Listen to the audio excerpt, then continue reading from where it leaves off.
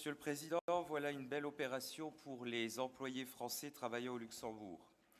Les déplacements pendulaires France-Luxembourg et Luxembourg-France constituent aujourd'hui et depuis un certain temps déjà une épreuve pour les frontaliers. Les voies de communication sont saturées, l'A31 est totalement bouchonnée aux heures de pointe et les TER sont bondés. Transport en commun ou pas, il faut compter 1 heure. Oui, mesdames, messieurs, 1 heure de route pour parcourir 50 malheureux kilomètres. Et le problème enfle avec 182 000 travailleurs frontaliers qui se rendent au Luxembourg chaque jour. La moitié d'entre eux sont français. Ce nombre augmente de 10% chaque année. L'Institut national de la statistique luxembourgeoise table sur 72 000 à 132 000 frontaliers supplémentaires d'ici 2035 pour pourvoir les emplois créés. Dire qu'il s'agit d'un problème uniquement luxembourgeois serait une hérésie. Ces emplois font vivre le Nord-Mosellan grâce aux revenus plus élevés qu'en France, gagnés au Luxembourg. Au-delà de la problématique infernale des transports, la France doit se mettre en capacité de saisir l'opportunité économique qui se présente. Si nous n'améliorons pas les capacités de transport transfrontalier, eh bien les emplois créés iront à d'autres. Le télétravail, les transports en commun et le ferroviaire doivent être massivement développés. Le retard pris est immense.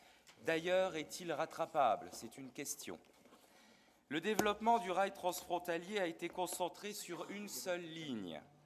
Aucune stratégie de déconcentration n'a été mise en place alors que nous disposons de nombreuses gares dans les villes moyennes de ce secteur. À Hayange, où je suis maire, la SNCF et les pouvoirs publics ont délaissé la gare. Il devrait pourtant être possible de faire quelque chose. Il existe même une voie ferrée qui va de Hayange jusqu'au Luxembourg.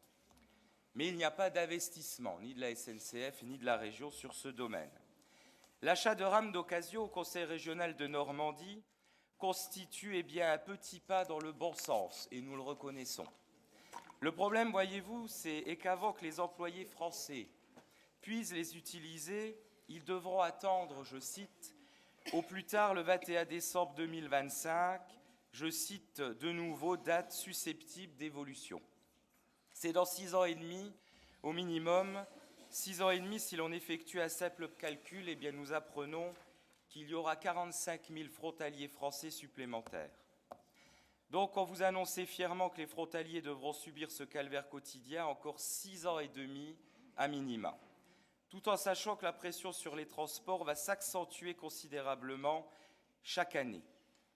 Rien n'a été fait. L'État, dont la capacité d'aménagement a été torpillée par les gouvernements successifs de droite comme de gauche, et bien aujourd'hui, on essaye de compenser l'absence d'investissement et d'anticipation avec des moyens financiers que vous savez bien évidemment trop faibles pour produire des effets déterminants.